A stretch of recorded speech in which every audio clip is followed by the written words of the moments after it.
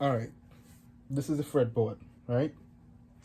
Now, when we're talking about this fretboard, we need to understand firstly how the instrument is tuned, because that's going to tell us exactly everything we need to know, right? So let's pretend that we have a nice 7-string bass guitar, right? This gives us an expanded view of the entire fretboard. Let's start with the lowest string. Typically, your lowest string, some people like to detune, but in standard tuning, your lowest string would be a B, right? So this note here, open string, is a B. Above your B, you have an E string. Why is it an E string? Because the instrument is tuned in fourths. What do I mean by fourths? Let me just turn on this light. By fourths, I mean we're saying do, re, mi, fa, sol, la, ti, do. That the fourth note. So we have do, re, mi, fa. That note. That note is a fourth above.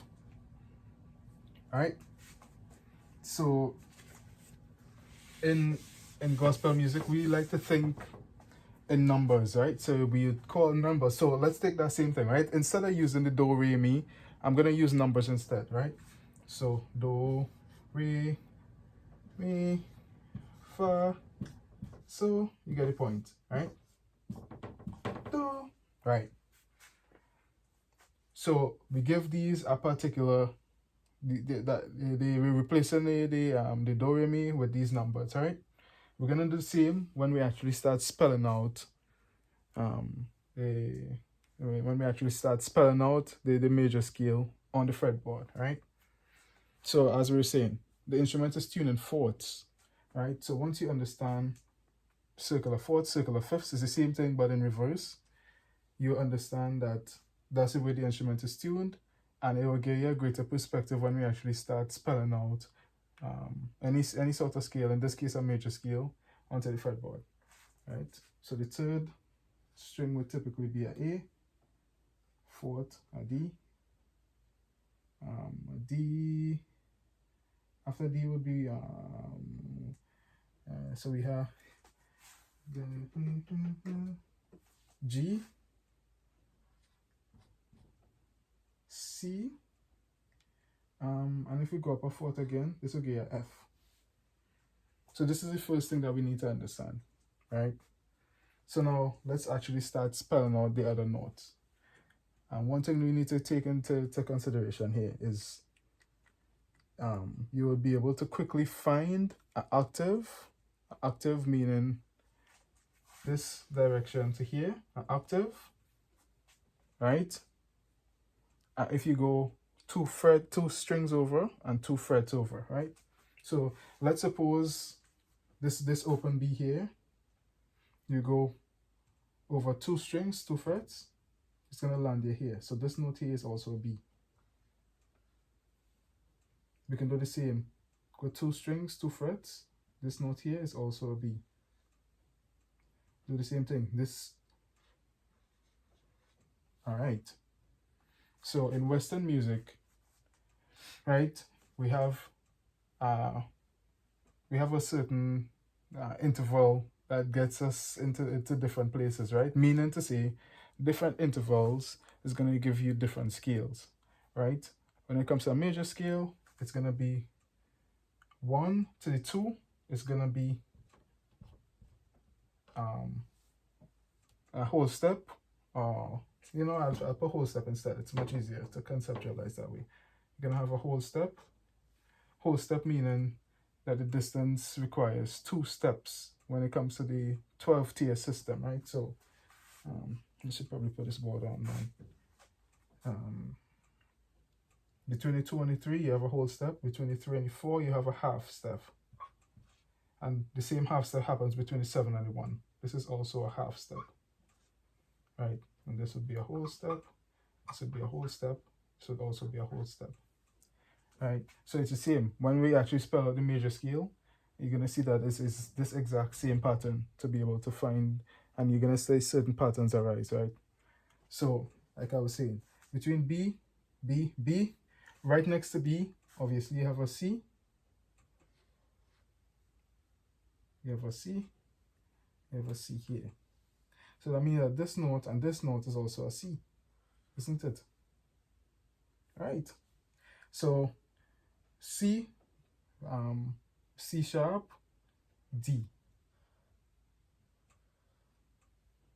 D, D sharp, E. Between E and F is a semitone.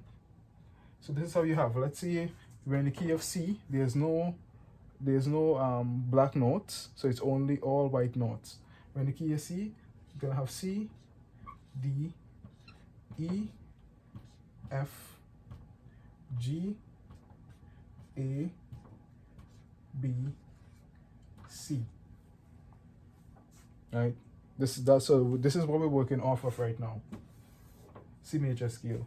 We're not thinking about any sharps or flats. We're just plugging in the C major scale, right? And it's gonna show us in a second. You're gonna see, right? So between the F and we have G, right? So we have F sharp or G flat, right? Between the A and the G, we have G sharp or A flat, right? And then between A, we have whole step, and between B and C, we have a half step, as you can see, right? Hope that makes sense. Really take it in, like really take it in. So this is a C major scale. Do, re, mi, fa, sol, la, ti, do. Now watch this. Remember I said the notes, the way the notes are tuned on the bass, it's in fourths. So what's a fourth above a C? A fourth above would be F. It's the same for all these notes. Every note that you put in, the fourth of that note is going to be directly above. But let me not complicate it too much. So I'm just going to plug these in, right? Between the F and your G, you have a whole step. Between the G and the A, you have a whole step. Between the A and the B, you have a whole step. Between the B and the C, you have a half step. Between the C and the D, you have a whole step. Between the D and the E, you have a whole step. Between the E and the F, you have a half step. Alright, I'll leave that there for the time being. So far, so good. I hope you're following. So we see so far that F is a fourth of C, G is a fourth of D, A is a fourth of E, F, the fourth of F would be a flat 7. It wouldn't be a regular 7. The regular 7 is a B. Flat 7 would be, so the flat 7 would be, in this case, do, re, mi, fa, sol, la, ti, do. That T gonna be flattened. Ta. That's a flat 7, right? So, where was I? We could find what's the fourth of A? Fourth of A is the same as this. Above a you have a D. If this is true, well, it is true. Between the C and the D, you have a whole step, isn't it? Right? That's the same. What's the fourth of C? It's F. As you can see here, fourth of C, F. You see, so it all comes together. What's your fourth of D? Well, we know we have an open string D. The fourth of D would be a G.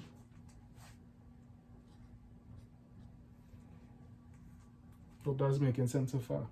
Between the D and the E, you have a whole step. Between the E and the F, you have a half step.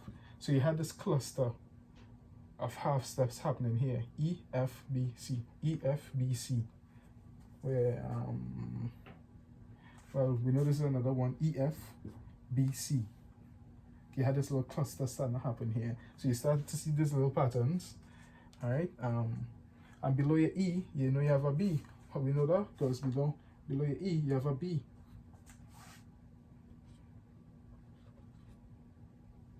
right? If you look above, below B, you have nothing. Below your B, you don't have any other note. Okay, but what's B? We can then start plugging in all the other notes. So between your B and your C, you have a half step. Between your B and your C, you have a half step. C, B. Whoa, you start to see now another pattern. Notice this: B, G, C, F. B, G, C, F. B, E, A, D, G, C. B, E, A, D, G, C, F. D, G, C, F. D, G, C, F. B, E, B, E. So I mean B, E, A. B, E, A. Okay. So you start to see the little patterns. You know what I'm saying? Like, as simple as that. You just, this is the open, it's a major scale that we start to put together. And you start to see these little patterns arise. And it's all based on how the bass is tuned. So that's the first thing. So anytime you pick up an instrument, make sure it's tuned. You know? But yeah, start doing stuff like this. Expand your scales. Expand your scales. So you have a 5-string bass. The other 2 strings ain't gonna apply to you. But just take from there. Or you can take from there. It doesn't matter. Because it's a pattern. It's a pattern. It doesn't matter where on the bass. You pick up a 4-string bass or a 6-string bass. It's all tuned the same. So it don't matter. The same thing you do on the low end, you can do on the high end. We can finish plugging this in and you'll see that it corroborates everything we said before, right? Let's, instead of spelling it out horizontally, let me try to spell it out using just this alone, just based on how the bass is tuned. So B, E, A, D, G. C, F is nothing above the F. So let me go D. What's above the D? G, G, C, F. Above the F is a B flat, but we don't have any sharps or flat because we're in the key of C, right? So if this is B flat, this would be B, and this should be A. Right? Let's go. What's below your D? You have a A and you have a E. Right next to E, we know we have a F.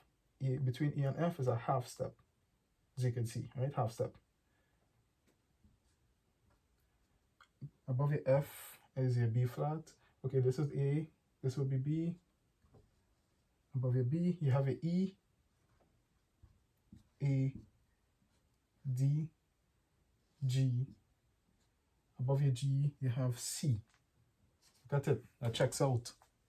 That checks completely out. This is what I'm saying. So, as you can see, everything corroborates, and you start to see these little patterns. Like you see these little patterns here. You start to see this pattern here. Start to see this pattern here. You're gonna see it again somewhere around here. You'll see it again somewhere up there. You start to see all these little patterns, these little clusters, right? Now, yeah, let me know if that makes sense so far.